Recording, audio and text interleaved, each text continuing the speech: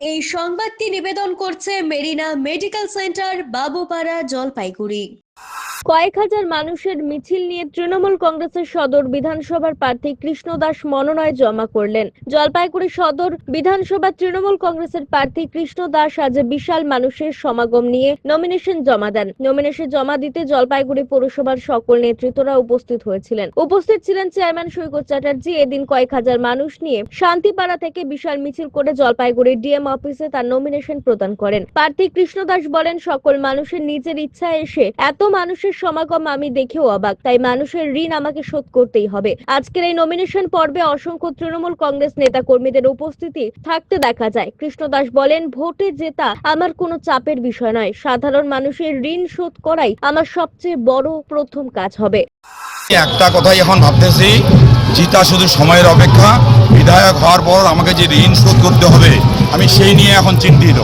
আমাকে ঋণ শোধ করতে হবে এত মানুষের ভালোবাসা, এত মানুষের আজকে আমাকে যেভাবে ভালোবাসে, এদেরকে শুধু শ্রদ্ধা দিয়ে না, শ্রদ্ধা তো আমার থাকবেই, ভক্তি তো আমার থাকবেই, কিন্তু সবথেকে বড় হচ্ছে এদের যে আশা, এই আশা আমাকে পূরণ করতে হবে। যেমন শহরকে দেখতে হবে, তেমনি আমার গ্রামকে দেখতে হবে। এই আমি আজকে আমার এখন একটাই জিনিস হচ্ছে, এত লোক কিভাবে আসলো, কিভাবে এত জনজোয়ার, এই ঋণ আমাকে শোধ করার জন্য আমি এখন চিন্তিত। জিতার জন্য কোনো চিন্তিত না, জিতা বহু ব্যবধানে জিতে যাব।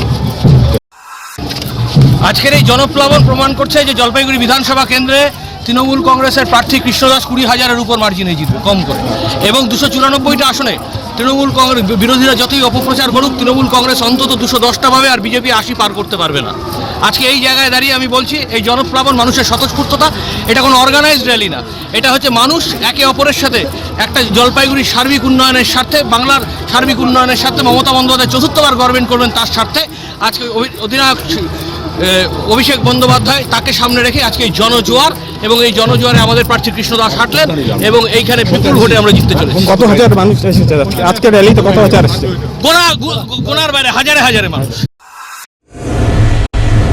স্বাস্থ্য পরিষেবায় অত্যাধুনিক প্রযুক্তির মেলবন্ধন, বিশ্বস্ত নাম মেরিনা মেডিকেল সেন্টার। আমাদের বহির্বিভাগে রয়েছে উন্নত প্রযুক্তির মাধ্যমে সকল প্রকার ইনভেস্টিগেশনের সুব্যবস্থা। জলপাইগুড়ি শহরে প্রথমবার 96 স্লাইসের অত্যাধুনিক সিটি স্ক্যান ছাড়াও USG, colour Doppler, digital X-ray, ECG, EEG সকল পরিষেবা রয়েছে এখানে। একই ছাদের তলায় মিলবে প্যাথোলজি বিভাগ, যেখানে সব ধরনের রক্ত পরীক্ষা, এফএনএসি এবং বায়োপসি করা হয়। এছাড়াও ইকোকার্ডিওগ্রাফি, হলটার মনিটরিং, এন্ডোস্কোপি, কোলোনোস্কোপি এবং এনসিভি পরিষেবাও রয়েছে। আমাদের বহির্বিভাগে রয়েছে বিশেষজ্ঞ ডাক্তারদের chamber, general medicine, general surgeon, gynaecologist, paediatric, orthopaedic, dermatologist, ENT, neurologist, cardiologist, oncologist, pulmonologist এবং রিউমাটোলজিস্ট বিভাগ। আমাদের পরিষেবার নতুন সংযোজন ডেন্টাল ক্লিনিক। এখানে দাঁতের সব রকম পরিষেবা দেওয়া হয়।